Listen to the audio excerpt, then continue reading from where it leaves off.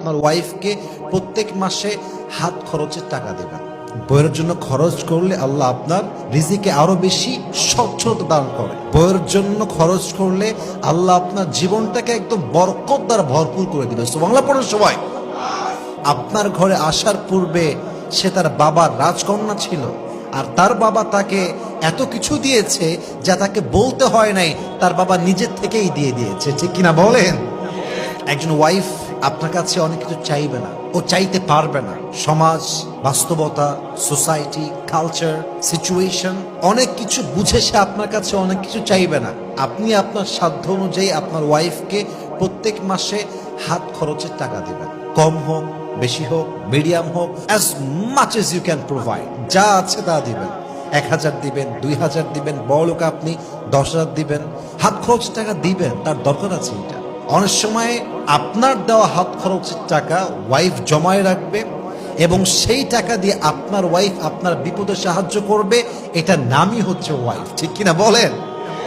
একটা কথা আপনারা রিয়েলাইজ করেছেন কিনা দেখেন, আমরা জাস্ট নামে বলি যে বউ হচ্ছে আমাদের জীবনের সবচেয়ে বেশি জ্বালা।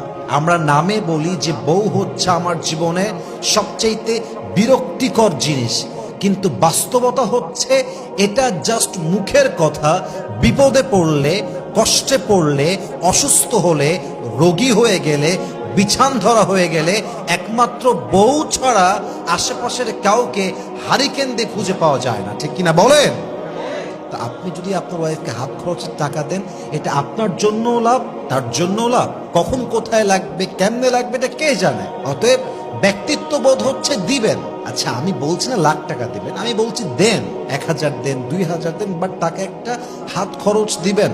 কারণ আপনার ঘরে আসার পূর্বে সে তার বাবার রাজকন্যা ছিল, আর তার বাবা তাকে এত কিছু দিয়েছে যা তাকে বলতে হয় নাই, তার বাবা নিজের থেকেই দিয়ে দিয়েছে। ঠিক কিনা বলেন?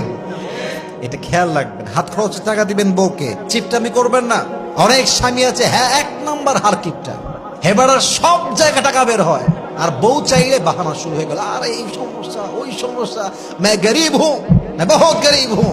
হ্যাঁ, আমি গরিব, বাপ গরিব, দাদা গরিব, আমার মতো গরিব এই দুনিয়াতে কেউ নাই।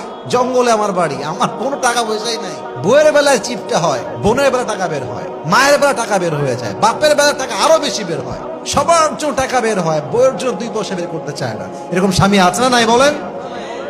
বইয়ের জন্য খরচ করলে আল্লাহ রিজিকে বরকত দেয়। বইয়ের জন্য খরচ করলে আল্লাহ আপনার রিজিকে আরো বেশি স্বচ্ছতা দান করে। বইয়ের জন্য খরচ করলে আল্লাহ আপনার জীবনটাকে একদম বরকত দ্বারা ভরপুর